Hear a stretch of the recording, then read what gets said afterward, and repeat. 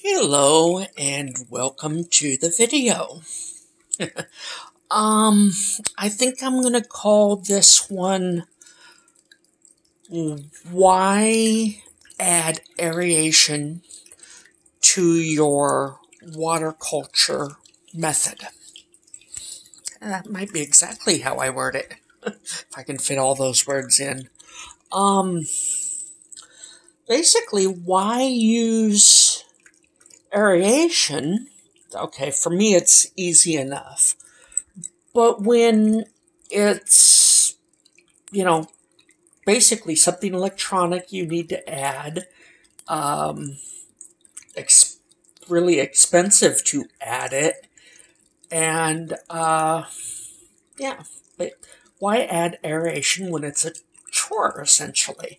You need electricity, you need, some sort of a device to aerate your water, whether it be something like this, a hub, or a hang-on back filter.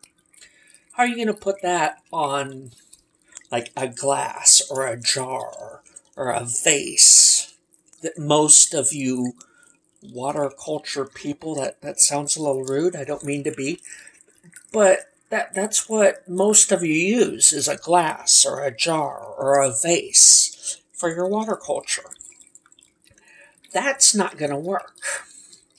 Well, you can purchase one of these, an air pump, but these are kind of spendy depending on how big you get.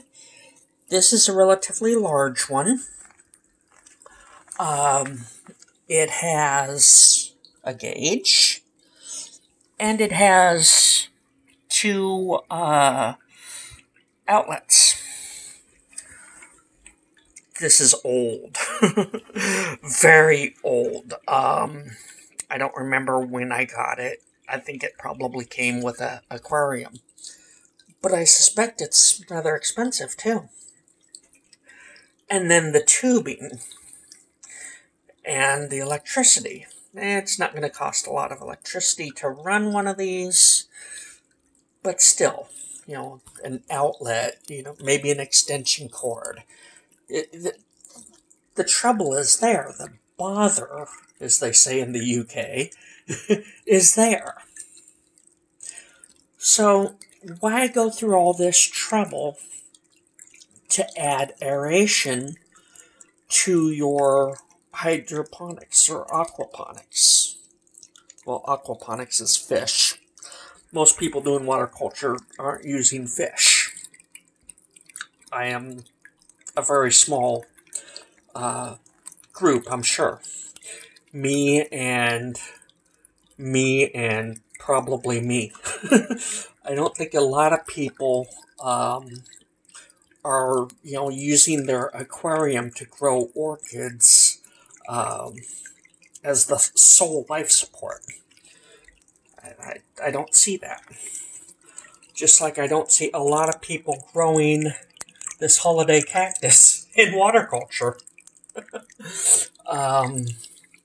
Basically, it's doing better than the one growing in soil. So I just decided to leave it there. It's got a new leaf. So, yeah. Why all this bother? Like I say, you can go with the air pump and run this one on low, and probably still, well, this one's quite old, so with this one, probably not. But even on low, with a newer one, you might need to restrict the airflow. And I didn't even bring tubing, so, never mind the little valve you can add to the tubing. I didn't bring the tubing. But you can just tie it in a knot and pull the tension of the knot to bring the aeration down to what you need. In a jar or a glass, you're not going to need very much at all. Just a little bit coming out is going to do it for a plant sitting in a, let's say, a glass. Be a pretty small orchid. But anyway, yeah, not going to need just enough to move the water and create slight agitation on the surface, which is where your air exchange is really going to be. You can get a quite small one for just a couple of orchids, and you'll split the tubing, but it's still this hassle. And you haven't told me why I should bother with this hassle yet. Okay. Well, let's get to why you should bother with it. Because I'm sure you can figure out, how to run tubing into a jar or a vase once convinced. So, to get to the why bother, this is an aquarium, of course, and it's being aerated to keep the fish alive, right? Yeah. Fish need aeration, but it also basically allows for full water culture with a little less maintenance. Because if you're doing partial water culture, full water culture, at some point you're swapping the water for new water because you need to refresh it because it's going stagnant. A little white kind of a fungus will start growing off the roots after, 3 or 4 days, right? You get this white fuzzy fungus growing off the roots that are in the water. Except if you're aerating the water, you don't. This root, like I say, the others come in and out, and I was going to leave one to see how it liked it, remember? And then I switched because there was a break in the other root, so I switched it out for this one. Well, I don't remember when I made that switch, but this root has not come out of the water since. Well, it did for a couple of minutes because, see that light bit at the bottom? I was wondering, is that, a new root coming out the side? Ooh, let me hang on to my phone. Do not want to drop it in the aquarium. Is it just some kind of a lighting thing? What is that? Well, I took it out long enough, kind of like the amount of time it's going to be out of the water here in a second. I'm going to take it out to show you just how long it was out of the water. Paranoid about dropping my phone in the aquarium. But I'm gonna do this to show you how long it was out of the water, and it's gonna go right back in again. I took it out, and I looked at it, and I said, yeah, that's a root coming out the side. And I dropped it back in the water just like that. I haven't taken it out and cleaned algae off or cleaned that fungus, whatever it is that grows off of the roots as the water stagnates. None of that. It has been in that water long enough to start that little root that has only seen, 5 seconds of air among, a total of 2 times that it was removed. It saw like 5 seconds of air. That's it. Over here, the bamboo that goes down into the water. It doesn't have, that's just whatever that is, but it doesn't have anything. I mean, it's got, dead bits, bits that have died, but it doesn't have that hairy fungus or whatever it is. Okay, it's not there. I don't normally do this because it's kind of privacy for the fish. But there's all the green down in the water. And there's not really any of that fuzzy fungus, whatever it is. It doesn't get changed out. I mean, water comes out and water goes in, but it's kept alive. Basically, the water is alive. You might hear gardeners talk about, feeding the soil. You feed the soil feeds the plants feed you. Because they're talking about, tomatoes and peppers and potatoes and carrots. Feed the soil feeds the plants, and plants feed you. Well, in this case, take care of the water. Feed the water. The water feeds the plants. And then, the plants ain't going to feed you, not in this case. But they will grow for you and do well for you. So, yeah. Feed the water. The water will feed the plants.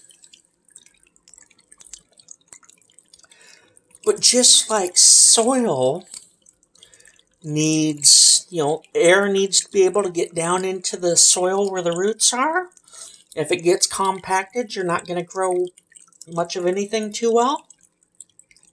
This is why we like worms and critters in the soil to keep it aerated. The same with the water. You put some water in a jar and you put your plant in a jar. Within a week, you need to dump the water out, clean the jar, put new water in. Instead of just, let's say I don't take water out of this to water anything. Just let it evaporate. And, whatever the plants that are living in the water, whatever they take gets replenished. I could do that. Provided the nitrates stay within a tolerable range for the fish, I could do that. Nothing is ever going to grow. Well, that might be a little extreme.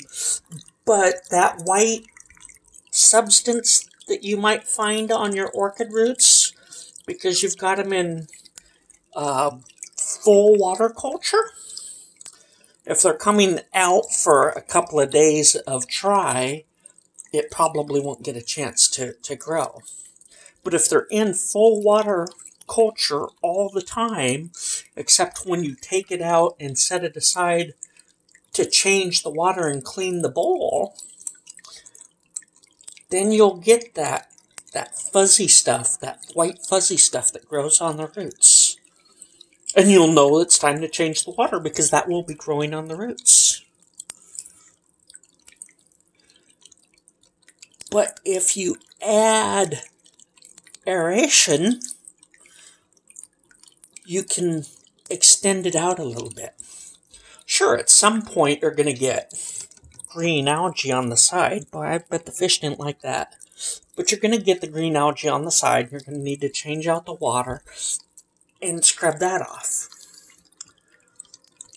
But unless you got a lot of light, you're not going to need to do that as often as changing it out because that fuzzy white stuff is growing on the roots. Up until just before this video, that little root that has started down there, I wonder if I do it this way, if you can kind of see it. Yeah, kind of. It looks like it's time for me to scrub the glass of the algae. It didn't know what atmospheric air was. It had started growing while underwater. until I just introduced it to atmospheric air, good enough, it didn't know. It had grown that underwater because I'm not taking it out. I'm taking these two out, and guess what? They're not really doing anything. They're not the ones that grew the root. And as a matter of fact, I think that because that first one did so well, I'm going to put this one down into the water to never come out again. At least not without reason. And I would probably do it with this one too. Except I'm not sure this one's going to survive. I think it's going to end up dying back to about there. And I don't know if it's going to make it. So I'm just going to keep doing what I'm doing with it. But we got two in the water now. Because if that root is growing, I mean, I take that out now, and that tip is likely to die because too much air. It doesn't know that kind of air, so it might dry up and die. But that is why. Once you get the aeration in your water, you're done. You don't need to do it again. But with the aeration, you might add heat. You know, aquarium heater to keep things toasty and warm. This water is, well, unless it's changed, it's 80 degrees. 80 Fahrenheit. Get this other one here. It looks like 25 Celsius. My glasses are way down on my nose. Hang on. Yeah. 80 looks like a little bit more than 25 Celsius. I haven't got the eyes of a 7-year-old anymore, but 80 is a little more than 25 Celsius. You can just, ask your phone for a conversion, and it'll give you an exact conversion if you want to. Because I'm pretty sure that you got a smartphone in this day and age. In this day, I'm pretty sure you got a smartphone. I mean, your kid in the 3rd grade probably has a smartphone. I lived before pagers, so, I lived before this concept of smart devices. Now you got smartphones, smart thermostats, smart fridge, smart TV, smart everything. Seems a little silly that a non-sentient object can be smart. AI, artificial intelligence, makes sense, but a smartphone, a smart TV, a how are they smart exactly? So, that's my my little shot. And basically I was thinking, how can I get people to start adopting these ways? Because I'm sure anybody that watches these videos thinks, really? A marine aquarium salt, and you're thinking you're going to fertilize plants? You do know what salt water does to plants, right? Except for the small handful, the mangroves and seaweed. Yeah, there's a couple of plants out there that can deal with salt water, but most plants require fresh water. So, what exactly do you think you're doing trying to fertilize things like orchids and bamboo with salt water? Yeah, well, you're right. It's risky. There is no instruction saying how much salt to add. But if you've been watching, I've been doing this for a while. Does that look like it's dying? Does this one look like it's dying?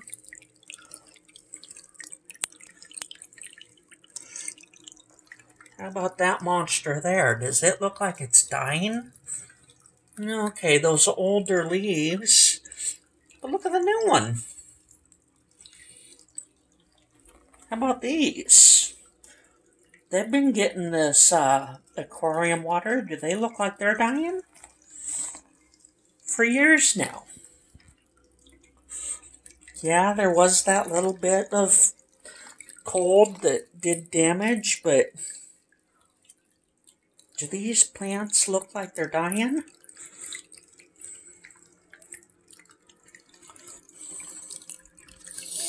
How about this one that was dying? How's it looking now? I don't find it all that risky anymore. Yeah, there's that. But how about up here at the top?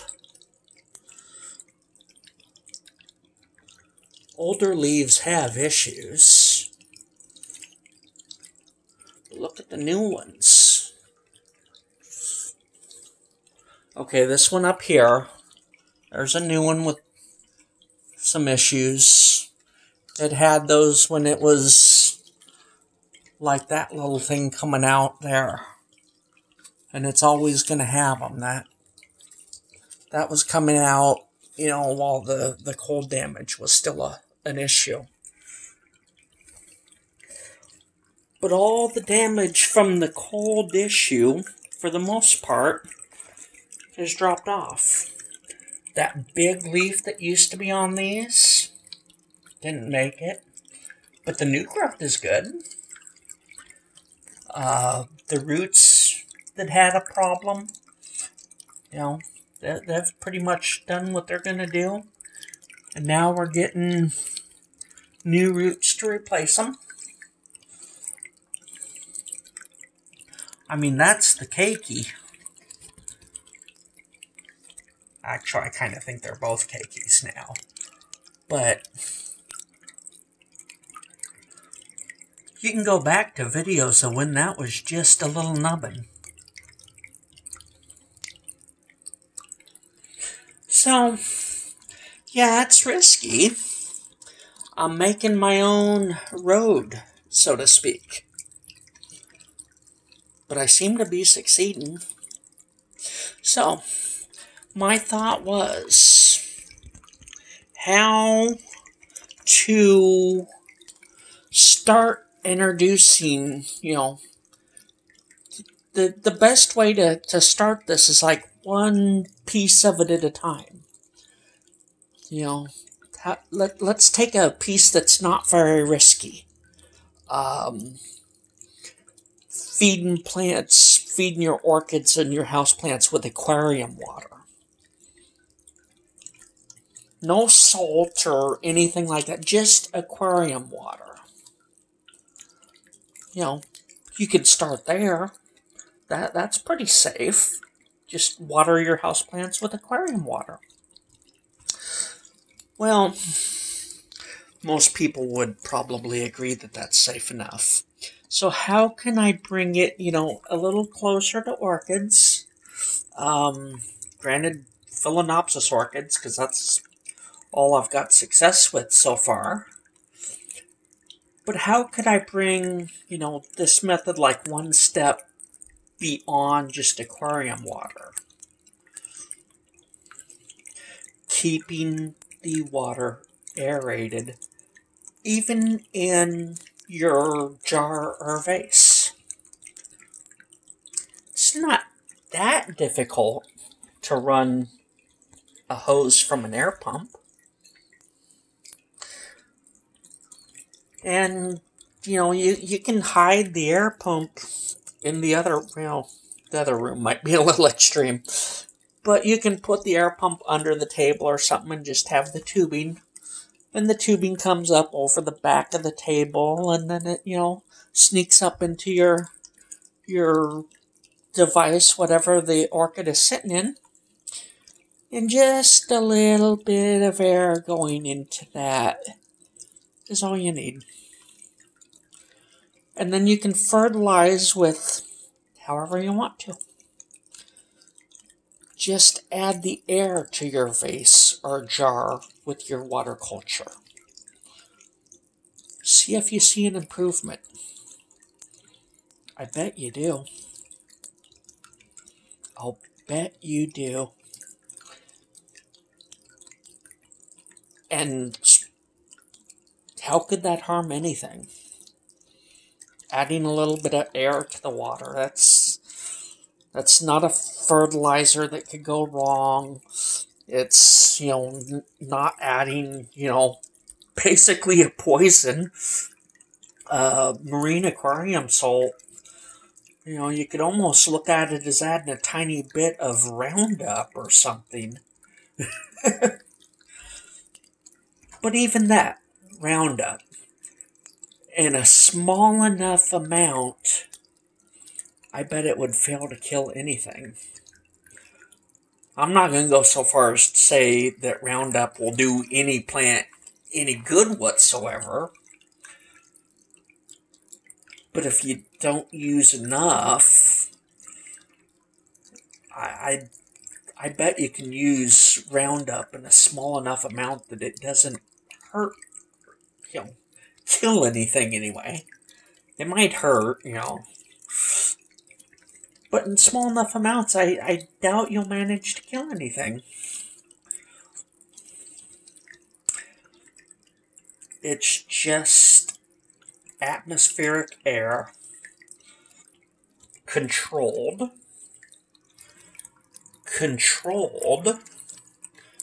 but it's just atmospheric air. You can pump that down into a jar or a vase,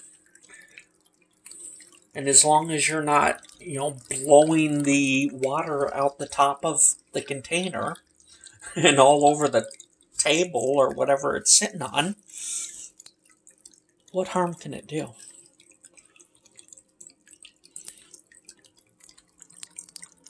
What good could it do? And I'll leave it at that. Talk to you next time.